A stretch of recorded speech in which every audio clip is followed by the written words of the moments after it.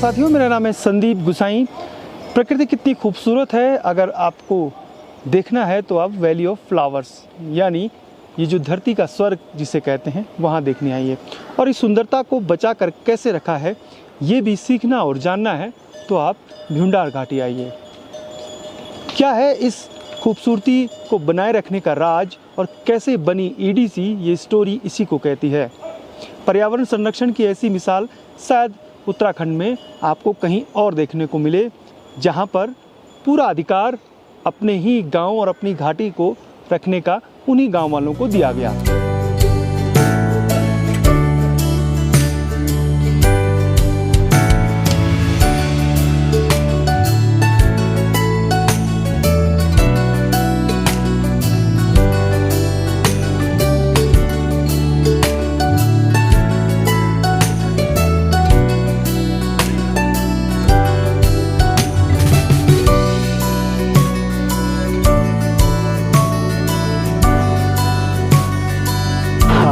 EDC की story जो है वो यहाँ यात्रा प्लस हमारा गांव और आपस में जो कम्युनिटी प्लस जो यात्रा का जो एक इसको बैड इफेक्ट भी बोल सकते हैं, जब वो दिखना शुरू हुआ तो गांव वालों ने एक गांव के जो नवयुवक लोग थे उन्होंने एक youth valley development and conservation society नाम से एक एनजीओ का गठन किया।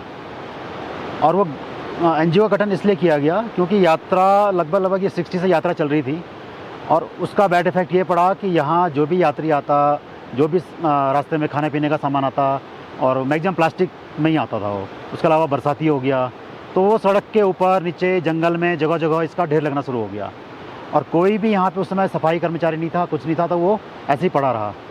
और उसका जो सबसे ज़्यादा असर पड़ा हमारे गाँव के जो जानवर हैं, गाय बैल घोड़े, तो जब ये मरने लगे, मरने के बाद जब देखा कि जब कुछ दिन बाद वो सड़ जाते थे तो उनके पेट में पूरा पॉलीथीन का जो पूरा जो गट्ठा है वो निकलना शुरू हुआ।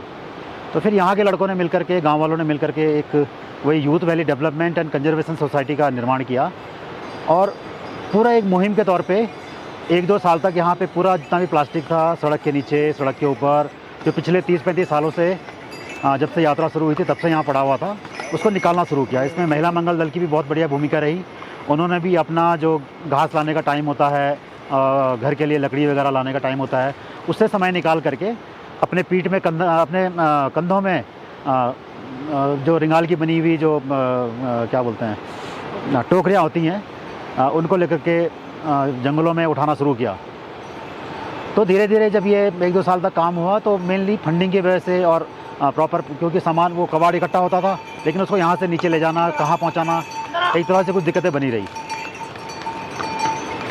बाद में यहाँ पे मैडम सितलिंग करके, ज्योत्सना सितलिंग करके एक यहाँ पे कंजर्वेटर मैडम आई और उसी समय यहाँ पे डीएफओ सर थे, बनर्जी सर। तो इन लोगों ने, इनके प्रयास से यहाँ पे फिर एक जो फॉरेस्ट डिपार्टमेंट के अंडर की ईडीसी का डेवलपमेंट का जो एक फॉर्मेट है उसको यहाँ पे लागू किया गया। अब उसमें ईडीसी में 2000-2003 से लगभग हमारा पूरा गांव भ्यूंडार इसमें संयुक्त रूप से शामिल है और मैं अभी यहाँ पे 5वां चेयरमैन हूँ। मुझसे पहले 4 चेयरमैन और आ चुके हैं इसमें और सभी ने इसमें अपना पूर्ण योगदान दिया है। इसके अलावा गांव के लोग भी पूरी घाटी को प्लास्टिक फ्री बनाने में पूरी तरह से मदद करते हैं।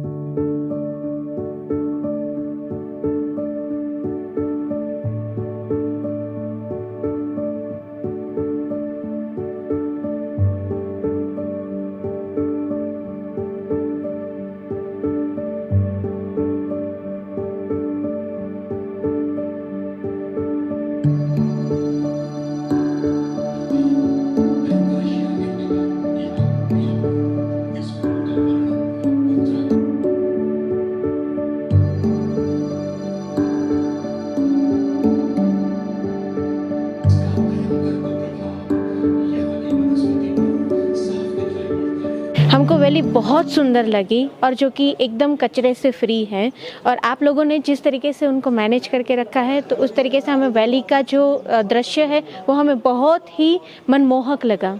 मुझे बहुत ही अच्छा लगा कि किसी संस्था ने, किसी ऑर्गेनाइजेशन ने ये ज़िम्मा उठाया है कि जिसकी वजह से जो पर्यावरण है वो पोल्यूशन फ्री होके रखा हुआ है। तो मैं एडीसी को बहुत धन्यवाद करती हूँ कि उन्होंने आज भी उत्तराखंड में इतनी अच्छी जगह को इतना अच्छे से और एकदम सिस्टमेटिक रखा हुआ है।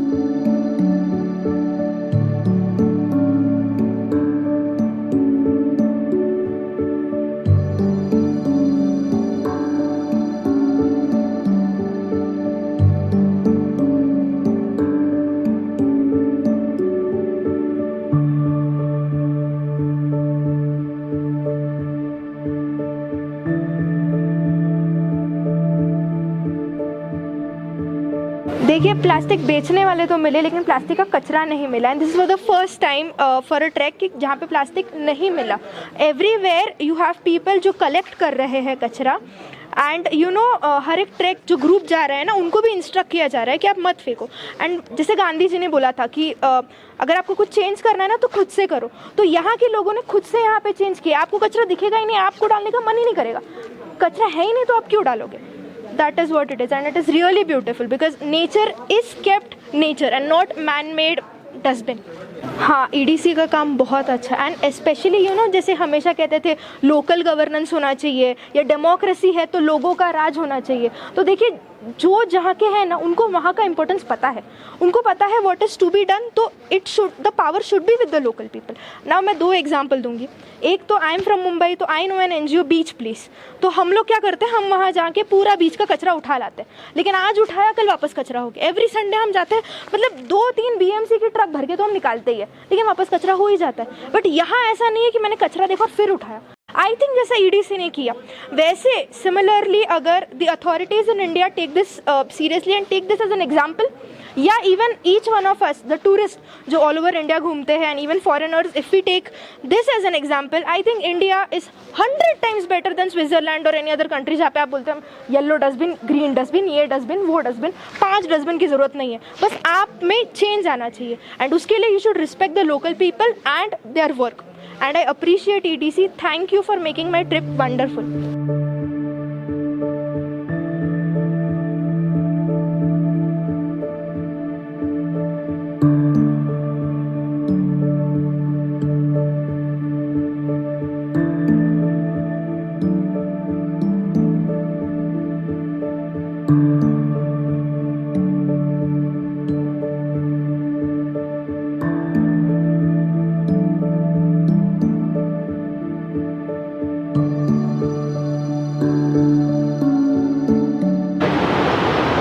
इसमें हम लोगों का जो वर्क फंक्शन है या जो हमारा जो एक संयुक्त रूप से जो गठन है, इसमें हमारी एक कोर कमेटी है, जैसे उसमें मैं चेयरमैन हूँ। उसके अलावा नजीबाबाद, बिजनौर से जो लोग रोज़गार प्राप्ति के लिए आना चाहते हैं यहाँ पे, हमारे जो सफाई कर्मचारी हैं या हमारे जो पर्यावरण मित्र हैं, लगभग 40 से 45 ज़रूरत के हिसाब से हम लोग इनको रखते हैं। और उसके अलावा हमारे गाँव के जो लोग हैं, लगभग 20 लोग इसको पूरा मॉनिटरिंग करते हैं। इसमें जगह जगह हमारे बैरियर बने हुए हैं, जिसमें से हम लोग घोड़ा खच्चर, उसके अलावा दुकानों का रजिस्ट्रेशन वगैरह, उससे हम लोग जो शुल्क लेते हैं उसी से हम लोग ये पूरी रास्ते की सफाई वगैरह करते हैं। पूरे यात्रा काल में लगभग हर किलोमीटर पे हमारे 2 सफाई कर्मचारी काम करते हैं। और जो भी प्लास्टिक का सॉलिड वेस्ट होता है उसको हम लोगों ने बोरे में भर के रखा हुआ है, जो अब बरसात के बाद यहाँ से धीरे धीरे मेन जो गार्बेज कलेक्शन है हमारा पुलना में, वहाँ पर जाएगा। और वहाँ से फिर जो बिजनौर, नजीबाबाद, मुजफ्फरनगर में जो ये प्लास्टिक को ख़रीदने वाले जो व्यापारी होते हैं, जो उसको रिसाइकिल करके अपना गमले या अपना जो कुर्सियाँ वगैरह बनाते हैं, ये लोग हमसे इसको लेते हैं यहाँ से। लेकिन अभी क्योंकि वो प्लास्टिक मिक्स होता है पूरा, तो उसका हमें कोई वैल्यू नहीं मिलती है। लेकिन हमें सिर्फ इस घाटी को साफ़ रखना है, तो हम उनको वो ऐसे ही दे देते हैं उसमें। तो इसी वजह से लास्ट ईयर हम लोगों ने यहाँ पे जिलाधिकारी जी से बात की थी कि हमको एक कॉम्पैक्ट मशीन की ज़रूरत है। तो इस साल वो कॉम्पैक्ट मशीन हमारी पुलना गाँव में लगने वाली है। उसका पूरा सेटअप लग चुका है, सिर्फ मशीन आनी बाकी है उसमें। तो उसमें भी हम लोग करीबन 4 लोगों को, हमारे गांव के 4 लोगों को उसमें रोज़गार मिल जाएगा। 2 लोग उसमें मशीन ऑपरेट करेंगे, बाकी जो लोग उसमें सेग्रीगेशन में अपना सहयोग देना चाहते हैं, तो जो भी उसमें सहयोग राशि होगी उसके हिसाब से वो लोग उसमें सेग्रीगेशन में काम करेंगे। तो अब मुझे उम्मीद है कि आने वाले वर्षों में हम लोग प्लास्टिक की जो भी हम यहाँ से प्लास्टिक निकालते हैं उसकी गुणवत्ता बढ़ाते हुए जब हम लोग सेग्रीगेट करेंगे तो ट्रांसपेरेंट प्लास्टिक एक तरफ, कलर एक तरफ करेंगे, तो हमारा वो प्लास्टिक भी सही दाम पे आगे व्यापारियों को चला जाएगा।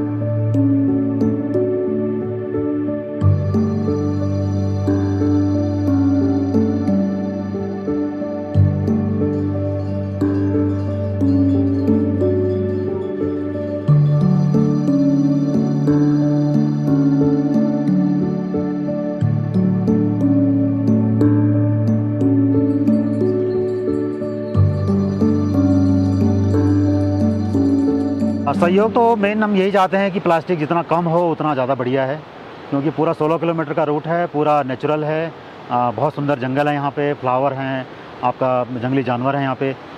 लेकिन सबसे बड़ी दुख की बात ये है कि तीर्थयात्री कोई भी हो, चाहे वो किसी भी धर्म का हो, वो एक ही दिमाग में वो एक ही चीज़ रखता है कि उसको अपना भगवान, अपना ईष्ट या अपना तीर्थ का दर्शन करना है। और इस दर्शन के चक्करों में रास्ते में जिस रास्ते से, जिस पथ से वो जा रहा है, वो उसका ख्याल ना के बराबर रखता है। यहाँ पे ये सीधा सीधा देखा जा सकता है कि जब जून के महीने में यहाँ पे मैक्सिमम तीर्थयात्री चलता है, तो उस समय यहाँ पे प्लास्टिक का, रास्ते में कबाड़ का, वो सबसे ज़्यादा मिलता है। लेकिन जैसे ही हमारा टूरिस्ट सीजन शुरू होता है, जो पर्यटक बोलते हैं जिन्हें हम लोग, चाहे वो हमारे देसी पर्यटक हो, चाहे वो विदेशी हो, ये लोग पर्यावरण के प्रति बहुत सजग होते हैं। ये लोग अपने बैग के साथ में एक छोटा सा, उसको कीवी बैग बोल सकते हैं, या उसको कबाड़ रखने के लिए कोई बैग बोल सकते हैं, ये लोग उसको रास्ते में अपना कुछ भी खाया, चॉकलेट, टॉफ़ी, उसको उसमें डालते रहते हैं। उसके अलावा पानी की बोतल है, ये पूरे रूट में एक ही पानी की बोतल को यूज़ करेंगे। रास्ते में ऐसा नहीं है कि आपने बोतल खरीदी, वहाँ पानी पिया और रास्ते में फेंक दिया। रेनकोट का वही चीज़ है, रेनकोट के ऊपर भी यही है कि जो प्लास्टिक की पतली सी पन्नी होती है, अगर ये यात्रा पे जा रहे हैं तो हम लोगों ने एक एवरेज निकाला यहाँ पे, तो लगभग बरसात के महीने में अगर कोई एक यात्री आ रहा है या कोई एक पर्यटक जो अपना परमानेंट वाला बरसाती लेके नहीं आता है, तो मोस्टली वो पूरे रूट में 16 किलोमीटर में अगर बरसात है तो 7 से 8 बरसाती एक ही आदमी यूज़ करता है। लेकिन अगर इसी जगह पे ऐसी सिचुएशन में अगर उन्हें यात्रा करनी है और वो पहुँचू करके या अपना एक परमानेंट जो रेनकोट होता है अपने साथ लेके चलें, तो गंदगी भी नहीं होगी और उनका अपना पूरी यात्रा भी सुखद रहेगी। टेक्निकल सपोर्ट में मेनली एक सबसे बड़ी दिक्कत सॉलिड वेस्ट के अलावा यहाँ पे घोड़ों की लीद का है। चलो रास्ते की लीद तो लगभग जब झाड़ू मारते हैं तो साफ़ हो जाती है, लेकिन जो घांगरिया में जो पड़ाव हैं या जो पुलना में जो पड़ाव हैं, वहाँ पे जो लीद पड़ी रहती है वो बरसों तक पड़ी हुई है। इसका ऊपर कोई सॉल्यूशन नहीं है और जब तक वो सड़ता है तब तक बर्फ़ पड़ जाती है। फिर वो पूरा लगभग 8 महीने ठंडे में बर्फ़ में रहता है और वो डिकम्पोज नहीं हो पाता हो। फिर अगले साल जब आते हैं तो शुरू में वैसी पड़ी रहती है वो, और वो लीद सड़ती भी नहीं है। और फिलहाल यहाँ से उसको कैरी करके नीचे ले जाना, खाद के रूप में उसको डालना, वो भी पॉसिबल नहीं है। जंगलों में फैलाना भी उसको पॉसिबल नहीं है, क्योंकि जंगलों में जहाँ भी लीद रहेगी तो लीद की गर्मी से उस एरिया का वेजिटेशन जो है वो धीरे धीरे सूखना शुरू हो जाता है। फिर दूसरा जो एक चुनौती ये है यहाँ पे, क्योंकि हम लोगों का पूरा जो सॉलिड वेस्ट है 16 किलोमीटर के रूट में फैला हुआ है, इसको बाद में यात्रा काल में इसको नीचे पहुँचाना, इसको वहाँ पे सेग्रीगेट करना, तो इन चीज़ों में काफ़ी कुछ हमारा मैक्सिमम जो हम लोगों को यहाँ पे जो भी हम लोग फंडिंग लेते हैं, जो हमको ये कर पाते हैं, वो मैक्सिमम हमारा उसी में निकल जाता है, पूरा घोड़ों के ट्रांसपोर्टेशन में, कबाड़ को भरने में। और इन बोरों को लगभग हम लोग सीज़न में हमको 2 बार भरना पड़ता है, क्योंकि जून से हम लोग भरते हैं तो जुलाई तक, तो बरसात में उसमें मैक्सिमम ख़राब हो जाते हैं। फिर जुलाई से जब बरसात कम हो जाती है तो जब ये घोड़ों से इनको वापस पुलना भेजा जाता है, तो उसमें भी हमको बहुत सारे जो बैग हैं उनको दोबारा भरना पड़ता है।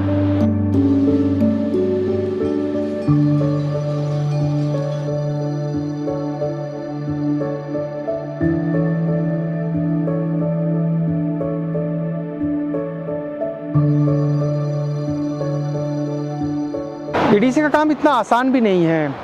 अगर गोविंद घाट से लेके फूलों की घाटी और उसके बाद घांगरिया से फिर हेमकुंड लोकपाल तक पूरा जो कचरा है एक अलग अलग रूट से इकट्ठा करके और फिर नीचे लाना, ये बहुत ही मुश्किल काम है। इसके लिए ईडीसी के सफाई कर्मचारी लगे हुए हैं, उसके अलावा जगह जगह उनके डंपिंग यार्ड हैं, और पूरी जो यात्रा है उसमें आपको अधिकतर जगह जो है वो सफाई दिखेगी। ख़ास तौर पे अगर आप वैली में एंटर करते हैं तो वहाँ पर आपको जो हर तीसरे दिन जो सफाई कर्मचारी है वो जाते हैं और वहाँ से जितना भी टॉफ़ी का रैपर, कोई भी प्लास्टिक से सामान अगर गलती से छूट भी जाता है तो नीचे लेके आते हैं। ईडीसी को पावर देने के बाद सरकार ने कोशिश की थी कि और भी जगह ईडीसी खोले जाएं, जैसे यहाँ पर है, लेकिन वो सक्सेस नहीं हो पाए। लेकिन इस ईडीसी के खुलने के बाद पिछले 20-25 सालों में जो परिवर्तन आया है पूरी वैली में, चाहे वैली ऑफ फ्लावर हो या हेमकुंड लोकपाल ट्रैक, सफाई दिखती है। और उसका सबसे बड़ा अधिकार है कि इसकी जो पावर है वो लोकल लोगों को दी गई है।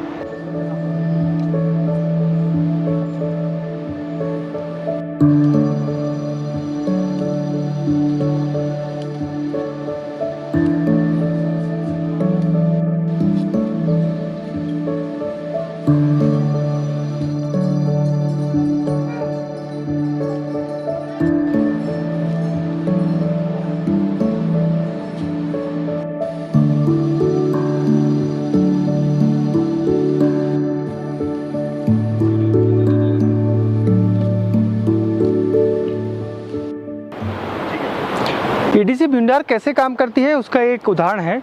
ये जो प्लास्टिक के बैग हैं इनमें कचरा है, यानी इनके अंदर प्लास्टिक की बोतल, बिस्किट, नमकीन के रैपर हैं, सभी हैं। इन सबको यहाँ पर इकट्ठा किया गया है और धीरे धीरे इनको फिर जो है पुलना यानी रोड हेड पे जहाँ पर गाड़ी है वहाँ तक पहुँचाया जाएगा। और इस तरीके के छोटे छोटे डंपिंग यार्ड पूरे रूट पर यानी पुलना से लेके घांगरिया और घांगरिया से लेके फिर हेमकुंड साहिब तक हैं। वैली ऑफ फ्लावर में उतनी बड़ी संख्या में कचरा नहीं होता है, लेकिन हर 3 दिन में जो ईडीसी के सफाई कर्मचारी हैं, यानी उन्हें हम वैसे ईडीसी के की तरफ से उन्हें पर्यावरण मित्र कहा जाता है, उनको भेजा जाता है और हर 2 दिन में 3 दिन में एक कर्मचारी वहाँ पर जो भी कचरा होता है उसको नीचे ले आता है। अब इसको नीचे ले जाया जाएगा, यानी अगली बार जब यात्रा खुलती है 1 जून को वैली ऑफ फ्लावर और हेमकुंड साहिब की, उससे पहले सारा कचरा जो है वो नीचे पुलना तक पहुंचा दिया जाता है।